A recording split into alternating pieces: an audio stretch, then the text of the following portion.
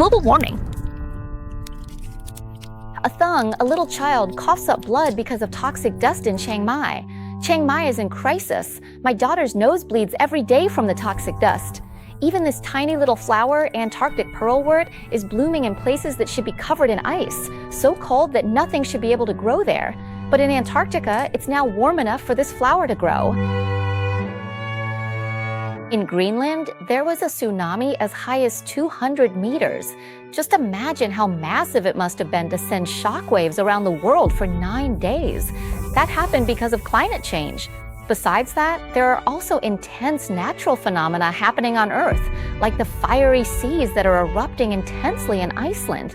Or can you believe it? The Earth's crust is actually splitting apart because the molten metal at the Earth's core is pushing upwards, causing a new sea to form in Africa, and the world map's about to change.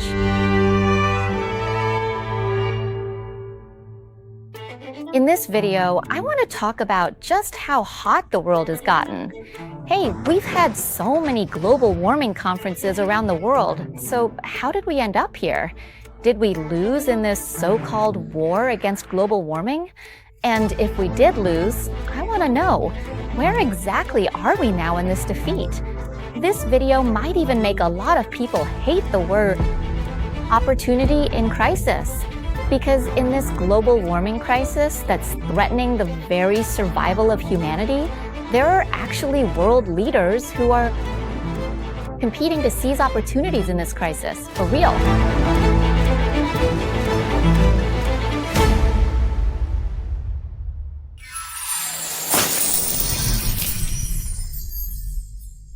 Here to support this global warming clip, no need for anyone to start a war. Humanity is already fighting among itself. This is from Sci Money Monster channel. You can easily support Sci Money Monster by liking, sharing, and commenting to chat with us. But what I'd love most is if you could hit that subscribe button. If you've already liked, no need to do it again. If you haven't yet, just one click is enough. Thank you. Let's get started. I'm going to show you just how hot our world is right now by pulling up NASA's data. What you see here are these two white sheets. The large sheet is the Antarctic ice sheet, and the smaller one is Greenland.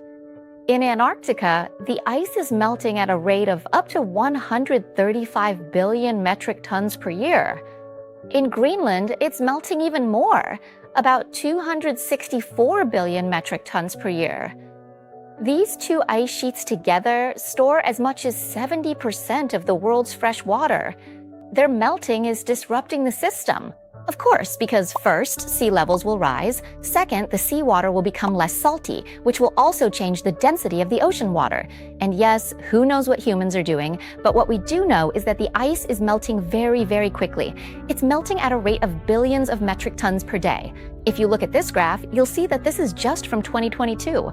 The amount of ice in our world, both globally and in Greenland, has decreased dramatically. This trend is continuing, and it looks like it will keep decreasing without stopping. So why is this happening? Part of it, yes, is because of the Earth's natural cycles. Would you believe that, technically, we're still in an ice age? It's called the interglacial period. But we're making it worse, speeding up the damage through human activities aimed at getting rich, what we call economic development that completely disregards the planet. David Su, a famous environmentalist, said that humans are acting like invaders. We're committing ecological suicide because we prioritize economic growth over environmental stability. The economy is already starting to recover now. Suzuki said that if we keep doing things this way, she can hardly believe that humanity will be able to survive on this planet past the 22nd century. Best chance to viz a weather is 7, which... In this clip, we're going to go a bit deeper. When I was researching, I found it kind of confusing and a bit difficult. I wondered if I could explain it in a way others would understand, because honestly, the reason why melting ice causes sea levels to rise actually has its origins, which those origins come from the collapse of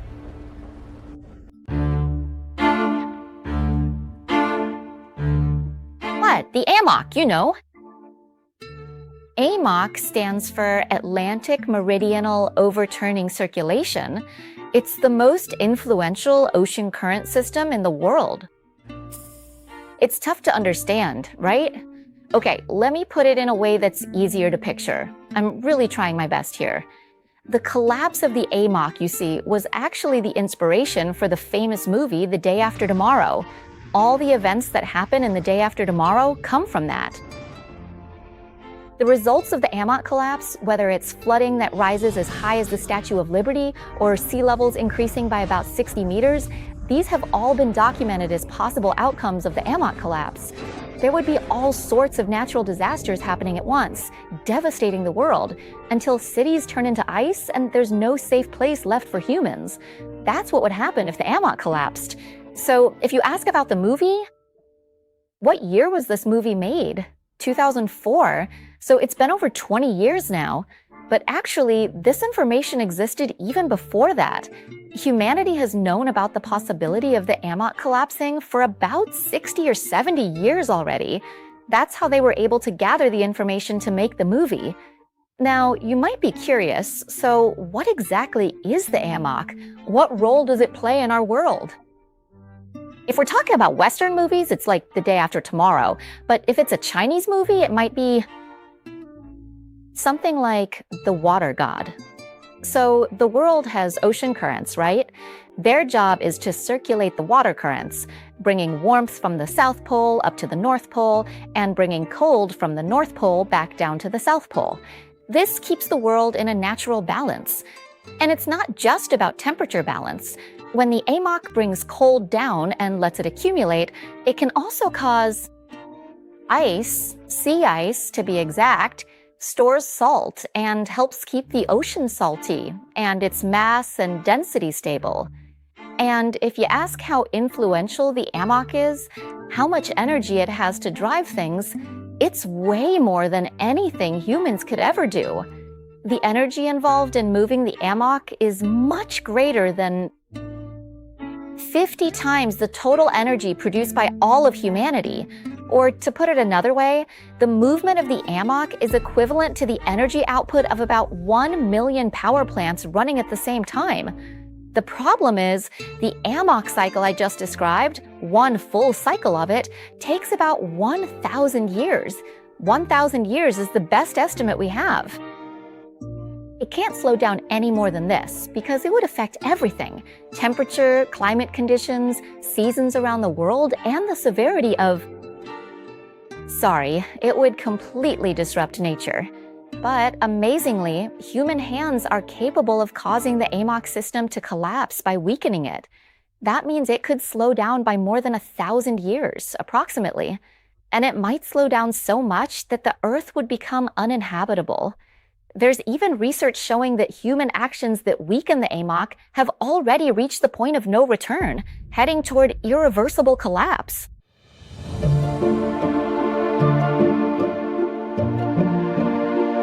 After hearing all this information, there will be one group of people who are like, whoa, really? That's so scary. And then there's another group who'll say, wow, really? That's awesome.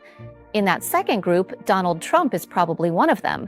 Remember when I told you before that Donald Trump wanted to buy Greenland? So there's this clash of opinions. Well, all this is happening because the polar ice is melting. In the past, the Antarctic ice was at its thickest, up to 9 kilometers thick. If it was that thick, nothing underneath could be accessed at all. But now, it's not just melting a little bit, it's melted so much that it's created entirely new shipping routes. And now, everyone's fighting over them, whether it's the Northwest Passage, the Northeast Passage, and the newest one that cuts right through the middle called the Trans-Arctic. There's a real scramble between America, Russia, and China, and they're not just competing over the trade routes, but also because that area happens to have a huge amount of value, especially natural gas. There's as much as 48 trillion cubic meters there, and as we've seen, all the news coming out of that area is about fighting over commercial interests, fighting over natural resources. There's not a single news story saying, hey, we compete to keep the ice from melting. There's none of that. This situation really made me realize that the saying, every crisis brings opportunity, it's not always that great, you know? And some people ask, hey, is all this melting really caused by humans? Can it really melt that much on its own? Or is it just happening naturally? Well, there's actually a study that says, remember AMOC? At the beginning of the clip, I mentioned that AMOC started weakening around the 1950s, which was right when we entered the Industrial Revolution. And after that, it gradually got weaker and weaker, which could very well be linked to human activities in the economy. Are industrial activities? Yes. So that means human activities are a major factor causing AMOC to weaken. And what's really alarming is that, according to a report in Nature Communications, the collapse of AMOC, it's steadily weakening to the point where we can openly discuss the possibility of a collapse. It could collapse sometime between 2025 and 2095. That means 2025 is already right around the corner. If this report is correct, it means there's a real chance that AMOC could have started collapsing since then. Last year, and now we're heading toward doomsday, aren't we? So if you ask whether AMOC is weakening or collapsing, that's what could cause sea levels to rise, the Earth to spin more slowly, and the Earth's axis to tilt. What does all of this actually look like? Let me show you. Consider this. If all the ice in Antarctica were to melt, sea levels would surge upward by 58 meters. But if every bit of ice on Earth melted completely, sea levels would rise by 71 meters. This would completely and utterly transform the entire world map as we know it, in a really dramatic way. And what about Bangkok? You don't even have to wait for all the ice to melt. If sea levels rise by just 1 or 2 meters, parts of Bangkok would already be underwater. Honestly, you don't even need a 10-meter rise. The whole city would be gone at that point. Japan, Indonesia, Singapore, Florida, New York, Washington, D.C., pretty much every coastal area would be submerged beneath the waves. For big cities like Los Angeles or San Francisco, they might not disappear completely. They could turn into groups of islands. As for countries that currently have no access to the sea, like Kazakhstan, Uzbekistan, Turkmenistan, and Azerbaijan, they would finally have a coastline. So to sum up, if sea levels rise that much, the first things we'd lose are land, homes, and food production areas. Basically, all our food sources. And life, meaning the lives of billions of people, that would be lost. Or, for anyone who somehow manages to survive, they would lose the way of life that humans have always known. Would be lost forever. So you might ask, wait, does that mean the Earth will start spinning more slowly? Well, here's what happens. Imagine ice at the poles, concentrated around the axis.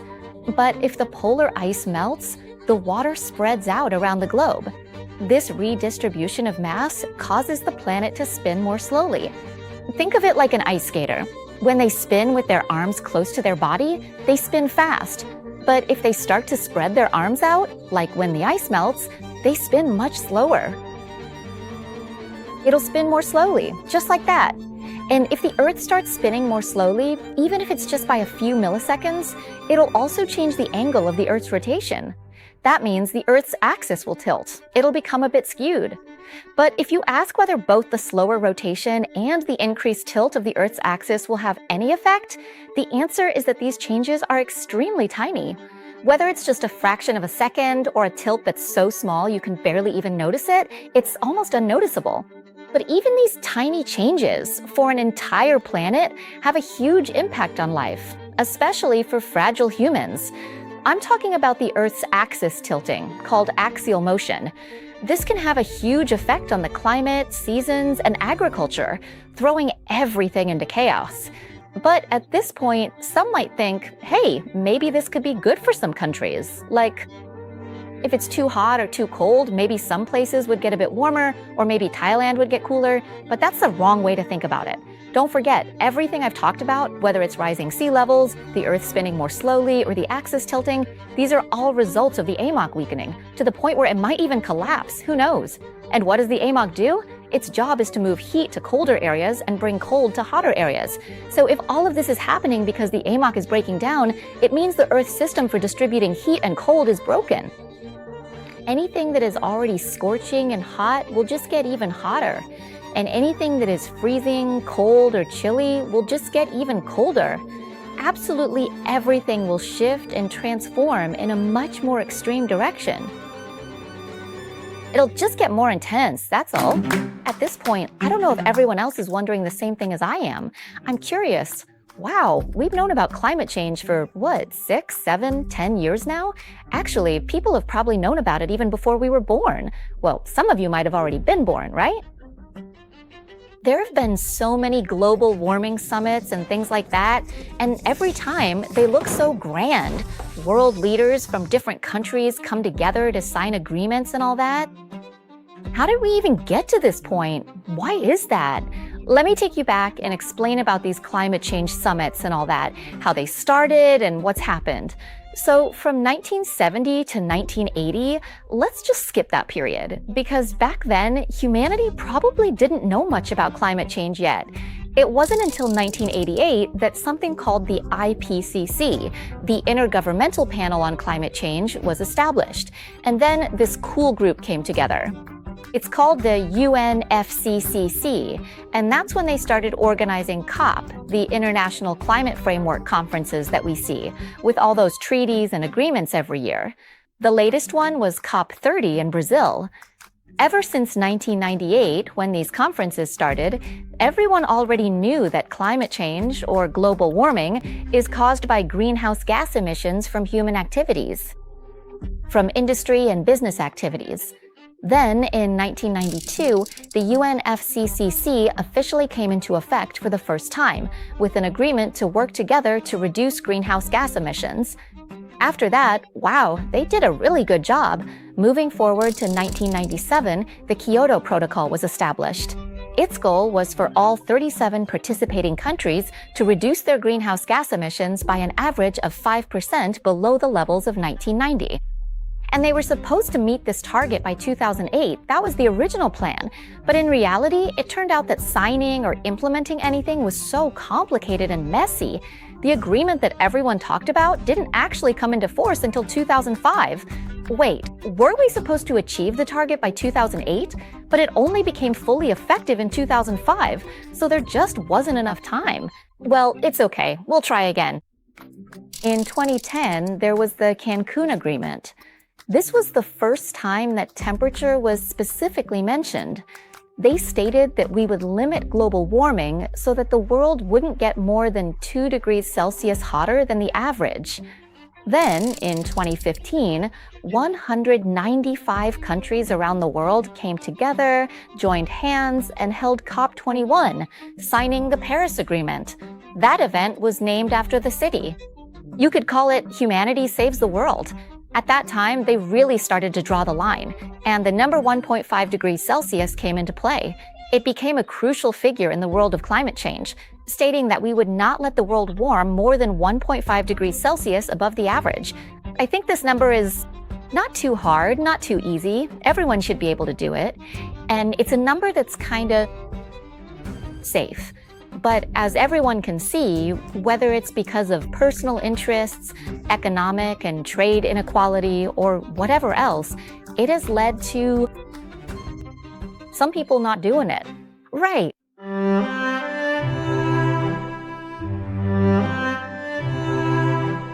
And so, after many global meetings, the result came out as a number.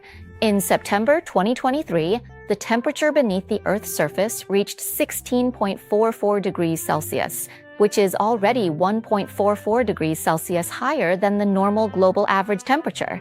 If we count up to just 2023, that temperature was already an all-time high. But what's even more shocking is that this all-time high record didn't even last 12 months before someone broke the record. In 2024, the global temperature hit a new all-time high, surpassing 2023. And from October 2024 to October 2025, the CO2, or carbon dioxide, in the world jumped up to as high as 2.2 parts per million.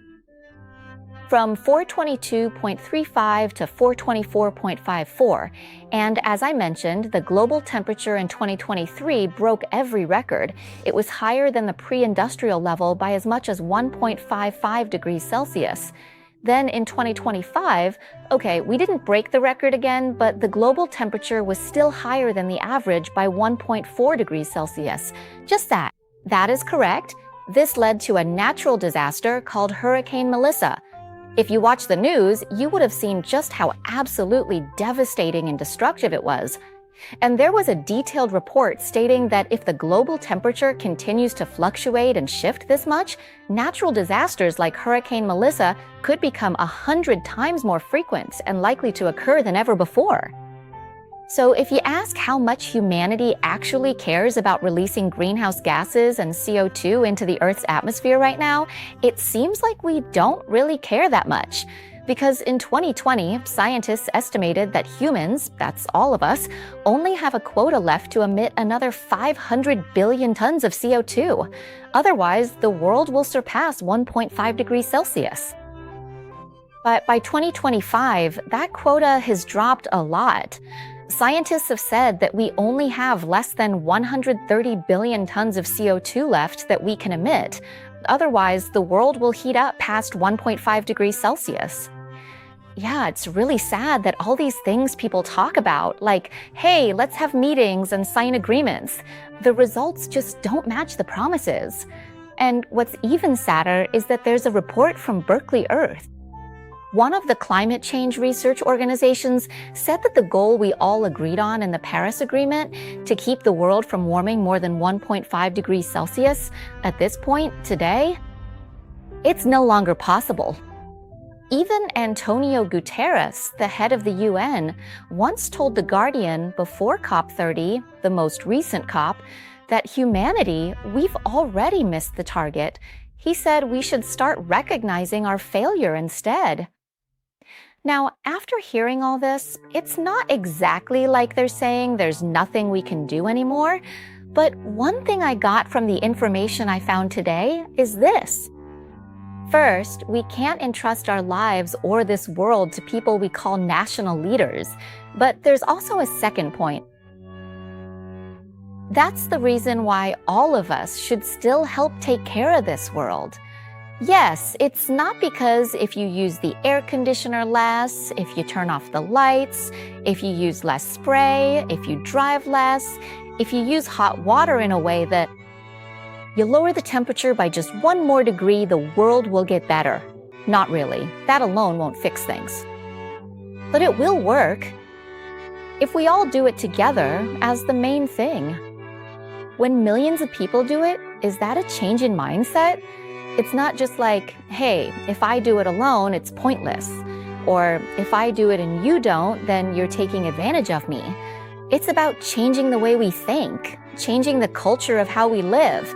So at the very least, we can say, hey, we didn't just let things happen as they would.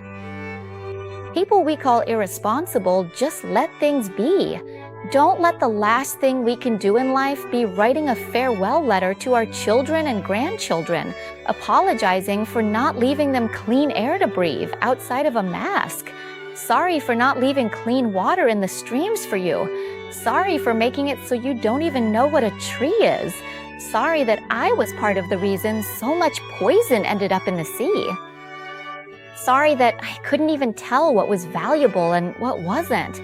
Sorry that I was so caught up in wanting to be rich, wanting to do whatever it took to be wealthy, to have lots and lots of money, until, in the end, there wasn't even any land left to pass on to you. I'm sorry.